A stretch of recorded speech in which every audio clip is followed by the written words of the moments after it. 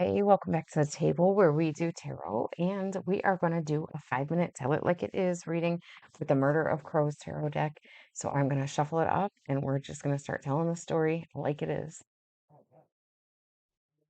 Okay, as I was shuffling down on the table, I am getting so much resistance in the shuffle. Like the cards do not want to combine, or like the first part of it'll combine, and then it doesn't want to shuffle together towards the end, or vice versa. So if that has any meaning to you, let's see what's going on.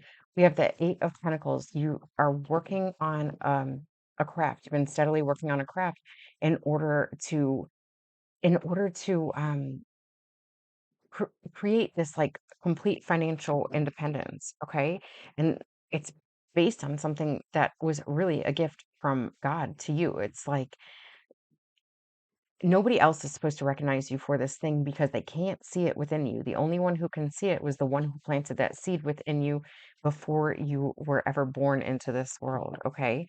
And it's like, so there are a lot of people who will try to take that from you. They will try to take you away from even revealing that thing because they will cut you down all throughout your life, right? But you've got this message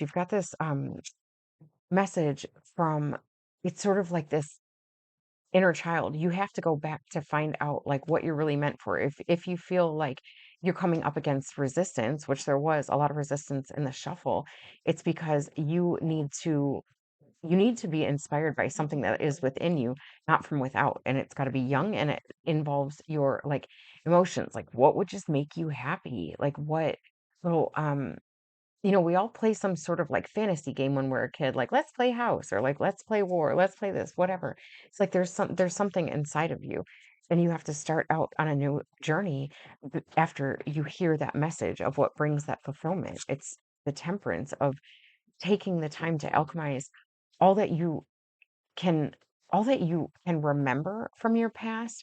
And the more that you start discovering it, the more that you start thinking about it, you're going to see like the cycles that you have perpetuated, that have been perpetuated from external sources and then from stuff going on within you.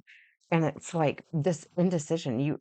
This is a story that everybody struggles with. Of like, I don't know which way to go because I'm so confused. I don't have the education in that thing, but that's the thing that I've been drawn to. And the reason why I don't have the education in it is because people were never promoting me to go into that line of work. But it's like there is that once you get out of worrying about what to decide and you're just moving forward on that Ace of Wands that God gave you before you were born, that's when you receive all that you've been giving. That's when you get it back, okay? And it's like this gathering you that allows you to draw in the people who really understand you and can bring even more of this like pure essence of your soul out of you, okay? And there's going to be people that are trying to get in your way. They're going to try to distract you. And that's because they're chained to the devil. There's like this devilish nature about being on earth where what seems like it's the way ahead in this world is actually the way that gets you chained further ahead to the devil. Okay. It's not what allows you to walk in the light of God. And so you have to meditate on these things to figure out where the difference is. That's how you maintain a daily balance. It's really through the meditations of like what worked for you, what felt good to you, and what was just like good for you and not others. I mean, what did you do that benefit others and not yourself? And that's where you have to like put your um King of Swords essence into the embodiment of who you are every day to know when to like put that sword down and say, no, this is my word. This is what's most important to me. And that's what I'm going with. And that's when you have this like emotional fulfillment on the highest level of like this is a queen. So it's on this feminine energy to where your vulnerability, you're not vulnerable anymore because you know yourself well enough and you've put a death to those old things. You put a death to those old confusions, okay? Because you understand that you couldn't create anything for yourself, but you were creating like abundance for others. And so now you are standing at your altar as the magician and being able to create this world of all your own. And it's by this divine choice that you created with this is the Lover's card, but it's really a choice to create the union within your own masculine and feminine energy.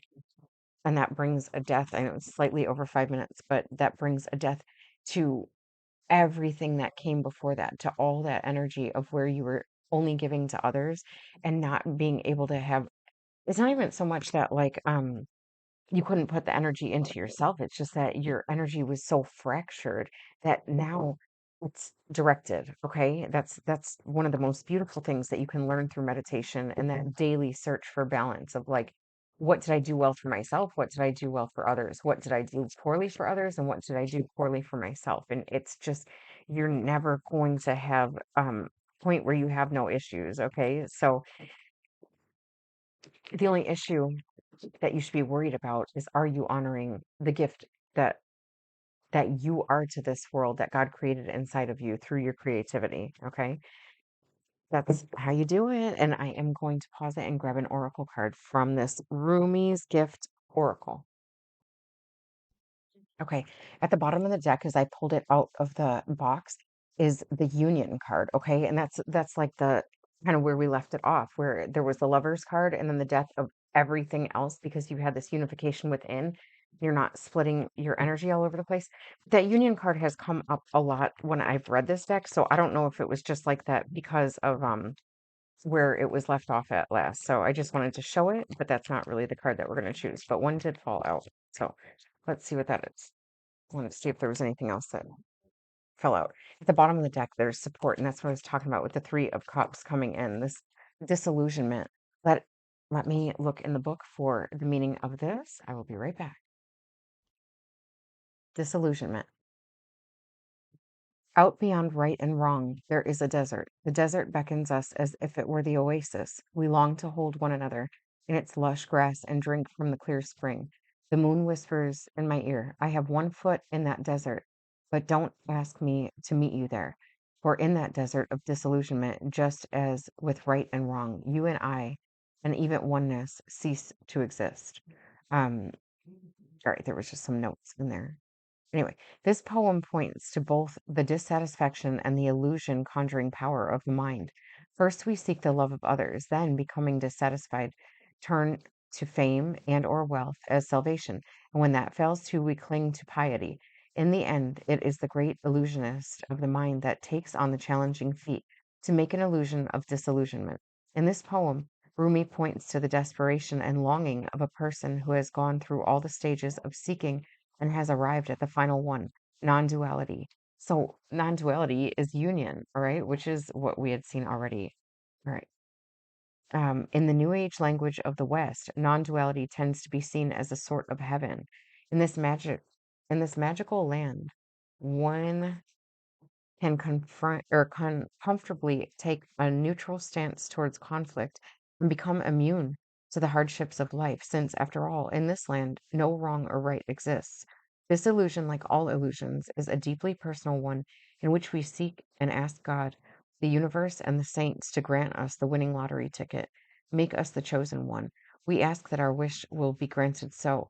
Through our wealth and our enlightenment, we can truly help others. In essence, the illusion is trickle down economics at its finest and most grand and exalted conclusion. So, if we dare to venture into the barren land of nothingness, yes, we must forego the ideas of right and wrong. But unlike a personal illusion, this land is the embodiment of the impersonal. There is no family, no friends, no personal comfort, and no you or I. This Rumi poem has turned into a Buddha-like figure. The illusions around him are beautiful, but the flames below him reminds us that the refiner's fire burns away all illusions.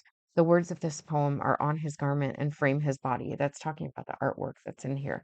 Poem and action. Sit in a comfortable spot with a pen and paper and close your eyes. Relax your breathing. When feeling relaxed, ask yourself, what is the most startling disillusionment I have escaped? What was the aftermath? Was I disappointed? Did the disillusionment bring with it freedom? Explore and record your thoughts.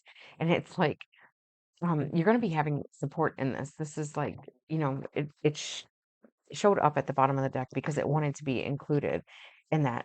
And the best way to support, like the best way to bring in the support is to make meditation a daily habit. And then you're getting the support of like spirit or whatever. It's like this time where you can reconvene with yourself at the end of every day or at the beginning of every day, and you get to figure out like where was I on path and where was I not, where was I like fractured within. And that's just like it's going to happen every single day that you are on this earth, okay? And that's the beauty of this desert where there's no good or bad. And that's the thing, is that I think we're always hoping for good, and it's not really that. It's that we're hoping for a feeling. And the feeling is that there are like no worries. Okay. So you can create that every single day within yourself, because you realize you made it through all the other days that came before this one. Okay. So just take the time to be at peace with yourself. So you don't have to listen to what everybody else says that you should feel about certain things, right? Like if there's if there's things that they're bringing the attention to on a world level, that's because they want to affect the most people possible, okay?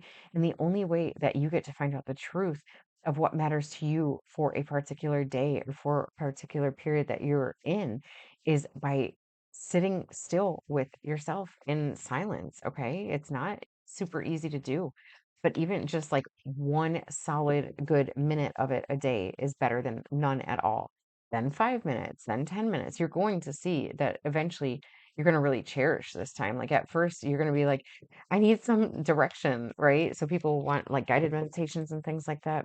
You have the guide within, all right? It's going to start out by, as soon as you get quiet, there's going to be a lot of distractions in your mind. But I'm going to leave it at that. Okay. I love you. Have a great day. Bye.